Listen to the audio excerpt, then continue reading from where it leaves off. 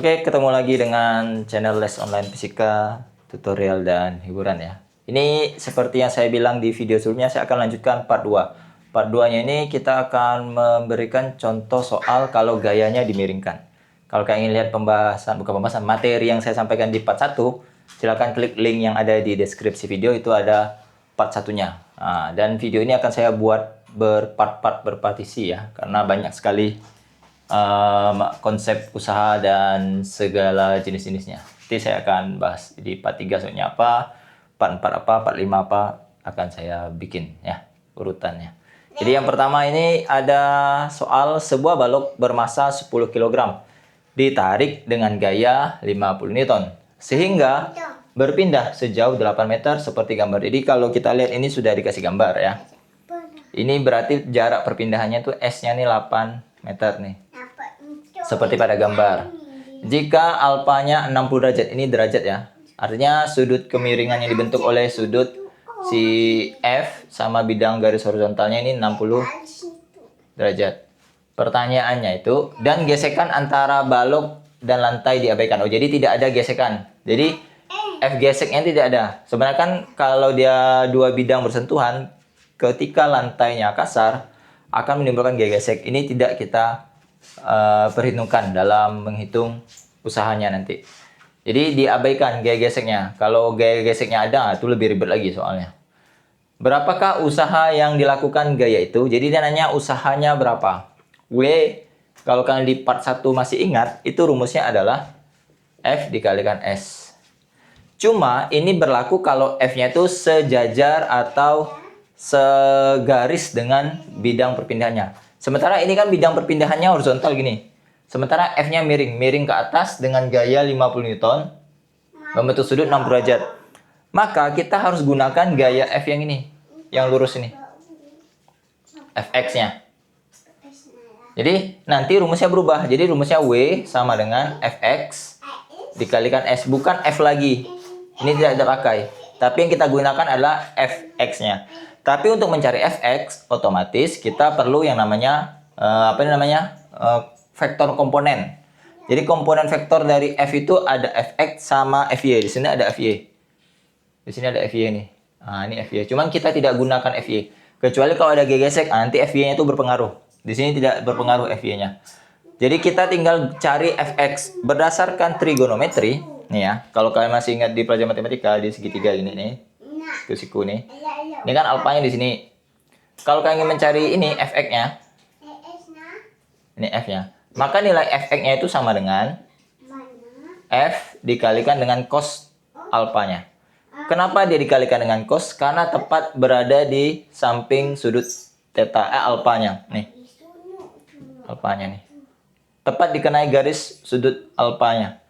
Kalau kalian ingin mencari Fy, nih Fy di sini. Itu nanti sama dengan F dikalikan sin alfa. Nah, karena dia jauh dari garis sudut alfanya. Jadi kan alfa di sini, sementara Fy di sini. Jadi kan jauh. Kalau bahasa lain itu dia di depan sudut. Nih. Di depan sudutnya. Ini. Nah, kan di depan sudut kan berarti dia pakai sin. Kalau dia di samping sudut berarti dia pakai cos gitu bahasanya. Jadi dia di dekat dengan alfa berarti dia pakai cos alfa. Kalau dia jauh dari alfa berarti dia pakai sin alfa atau di depan garis sudutnya. Maka rumusnya bisa kita jabarkan lagi. W itu sama dengan Fx-nya itu adalah F dikalikan cos alfa dikalikan S. Maka nilai W-nya sama dengan F-nya 50. Cos alfanya berarti cos 60 derajat. Dikalikan dengan S. S-nya ini perpindahannya 8. Berarti W sama dengan 50 dikali cos 60. Cos 60 ini karena sudah harus hafal ya, sudah harus tahu ya. Dia pakai sudut istimewa. Biasanya itu dari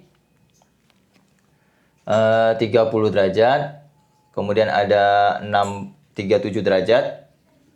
Kemudian ada 45 derajat. 53 derajat.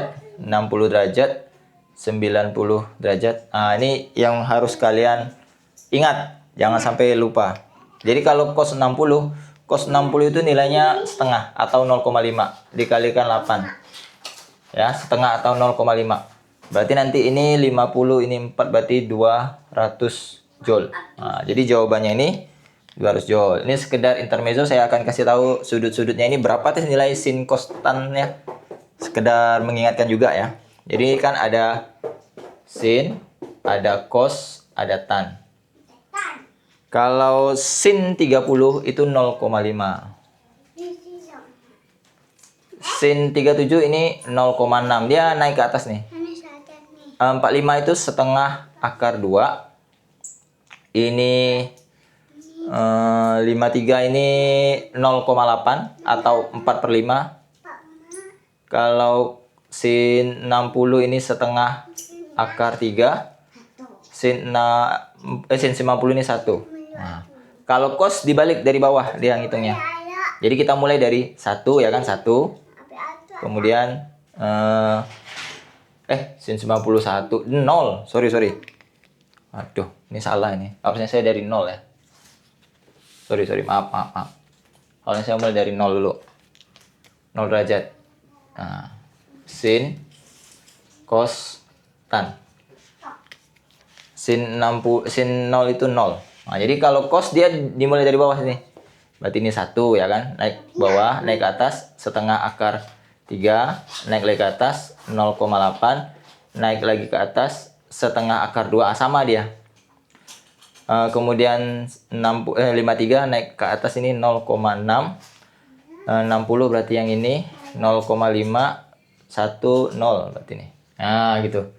Jadi dia gerakan naik ke atas kalau cos tuh. Kalau kalian sudah hafal sin, sudah ingat sin, harusnya cos kalian bisa ingat karena dia terbalik ya. Nih, 1 setengah akar 3 ya kan? Kemudian 0,8, kemudian dia setengah akar 2, kemudian dia 0,6, naik lagi 0,5, kembali lagi ke angka 0. Nah, gitu. Kalau tan bagaimana? Tan itu sin bagi cos. Jadi tan itu sama dengan sin bagi cos. Jadi kan tinggal bagi aja nih. 0 bagi 1. 0 bagi 1 kan berarti kan 0. Nah, 0,5 dibagi setengah akar 3. Berarti ini sepertiga akar 3. 0,6 dibagi dengan 0,8. Berarti ini 3/4. Setengah akar 2 dibagi setengah akar 2, 1. 0,8 dibagi 0,6, berarti 4/3. Setengah akar 3 dibagi setengah, berarti akar 3. 1 dibagi 0, berarti ini tak terhingga gitu ya. Nah, jadi seperti itu. Ini intermezzo aja ya, supaya sambil mengingat, merefresh kembali sin cos tan itu seperti apa sih cara menghitungnya. Dan ingat, harus sudah melekat dalam otak kalian. Karena di fisika itu nanti soal-soal yang tingkat SMA ini sering digunakan ya. Sering dikeluarkan baik di materi vektor, di materi gaya, di materi usaha juga, dan masih banyak lagi kegunaannya. Apa ini namanya? Momen gaya juga. Pokoknya banyak lah. Ini harus kalian sudah ingat nih. Kalau tidak bakal kesusahan kalian untuk ngerjain soalnya. Oke, nomor 2. Nah, ini nomor 2 ini ada kaitannya dengan gerak lurus berubah beraturan. Mari kita baca ya soalnya. Sebuah batu berada pada jarak 30 meter. Oke. Di depan kendaraan bermasa 60 kg yang sedang bergerak dengan kecepatan 72 km per jam. Jadi kalau saya ilustrasikan, ada sebuah kendaraan. Saya anggap kendaraannya itu mobil aja lah. Mobil. Dia sedang melaju dengan kecepatan V-nya 72 km per jam. Di depannya ada batu nih. Nah, batunya besar gitu ya. Berjarak berapa tadi? 30 meter. 30 meter. Masa si mobil ya, M kendaraannya ya. M-nya ini 600 kg. Pertanyaan ini berapa usaha? Tentukanlah usaha oleh gaya pengereman yang diberikan pada kendaraan agar tepat berhenti sebelum mengenai batu. Jadi dia ini mengerem agar dia berhenti. Ini berarti ini V-nya sama dengan 0 ya. Nah, berapa usahanya? Kan rumus W itu sama dengan F kali S ya. S-nya kan sudah ada nih. F-nya kan jabarkan dari hukum 2 Newton. Hukum 2 Newton tuh F itu sama dengan M dikalikan A. Nah, mas, jadi W sama dengan mas. Rumus F sama dengan M kalikan A ya. Hukum 2 Newton ini juga harus di dalam otak kalian nih, hukum 2 Newton nih. Kalau tidak, wah susah lagi nih. Hukum 2 Newton. Jadi setiap materi itu akan berkaitan nih fisika ini. Selanjutnya apa? A-nya yang bikin masalah. Nah, kan? M-nya sudah ada. Ya kan? M-nya ada. S-nya ada. Tapi si A-nya ini loh. A-nya ini adalah si pengereman. Si pengereman nih. Bagaimana cara mencarinya? Itu dari rumus GLBB. Dari rumus GLBB, di mana rumus GLBB itu yang VT kuadrat sama dengan V0 kuadrat plus 2AS. Ini sudah pernah saya bikin juga videonya di apa ya? Di part 3 kalau tidak salah. GLB, penjelasan GLB part 3 itu. Nah, ini. Jadi kalian cari dulu A-nya. Di mana nilai VT-nya ini 0. Ini akhir ya. 0. Ini V0-nya awalnya. Dan ini wajib diubah ke meter per sekon. Tidak boleh dalam kilometer per jam. Harus diubah ke dalam meter per sekon. Caranya, lagi-lagi, 72 kilometer per jam. Jadi gini. 72 kilometer diubah ke meter. Berarti 1000 meter ya. Dibagi. Jam diubah ke detik. Diubah ke sekon. Itu 3600 sekon. Nah. Ini harus tahu juga, kilometer itu 1000 meter. Jam itu 3600 sekon. Nah, kemudian ini bisa dicoret. 0-nya 2, 1, 2, 1, 2. Berarti 720 bagi 36. 720 bagi 36 itu sama dengan 20 ya. 20 meter per sekon. Berarti ini sama dengan 20 meter per sekon. Baru masukkan ke rumus ini. VT-nya ini 0 ya. V0-nya itu 20. Kuadrat ditambah 2 kalikan A kalikan S. S-nya tadi ini 30. Jangan dikurang, dek, nanti jatuh deh. Makasih. Berarti ini 0 sama dengan 400 ditambah 60 S. Jangan digoyang, nanti jatuh. Berarti ini pindah ruas 400-nya. 0 dikurangi 400 sama dengan 60 S. 0 dikurangi 400 berarti kan min. Min 400 sama dengan 60 S. 60 S, sorry. 60 A. Aduh, hai. Sangsut saya ini. 60 A ya, sorry ya. 30 kan tadi S-nya. 60 A. Berarti ini dibagi. Min 400 dibagi 60. Sama dengan A. Coret 0 ya. Berarti A-nya sama dengan min dibagi 2. 20 per 3. Meter per sekon kuadrat. Mengapa min? Min itu artinya dia perlambatan. Min ini artinya dia perlambatan. Perlambatan akibat mengerem. Mengerem. Nah, baru kalian masukkan ke sini. W sama dengan M-nya 600. A-nya min 20 per 3. S-nya 30. Kita biarin aja dalam min gitu ya. Karena ini usaha akibat pengereman. Makanya berharga negatif dia. Ini 30 dengan 3 coret. Coret dapatnya 10. Berarti 60 dikali min 20 dikalikan 10. Berarti ini min 1, 2, 1, 2, 3, 4. Berarti ini min 120.000 joule atau W-nya sama dengan min 120 kilojoule. Nah, kilo itu kan nolnya 3. Nah, jadi jawabannya itu min 120 kilojoule. Nah, jadi seperti itu proses berpikirnya. Min ini artinya mobil dikenai usaha, Nah, bukan melakukan usaha. Jadi kalau melakukan usaha dia berharga plus, tapi kalau dia dilakukan usaha contohnya gini, misal ada bidang miring ya. Ada bidang miring, ini contoh kasus ya, bidang miring. Ini ada balok. Kemudian kalian dorong nih. Dorong sekuat tenaga.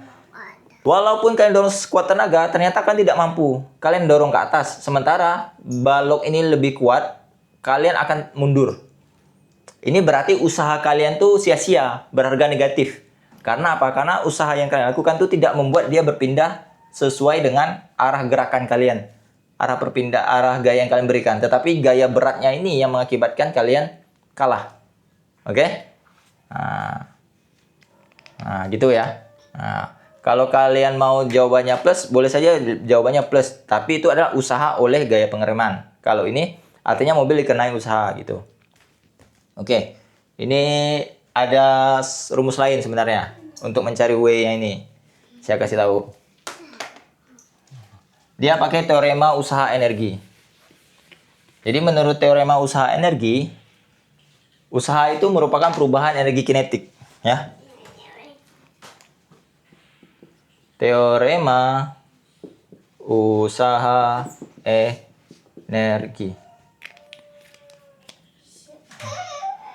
W itu sama juga dengan delta EK.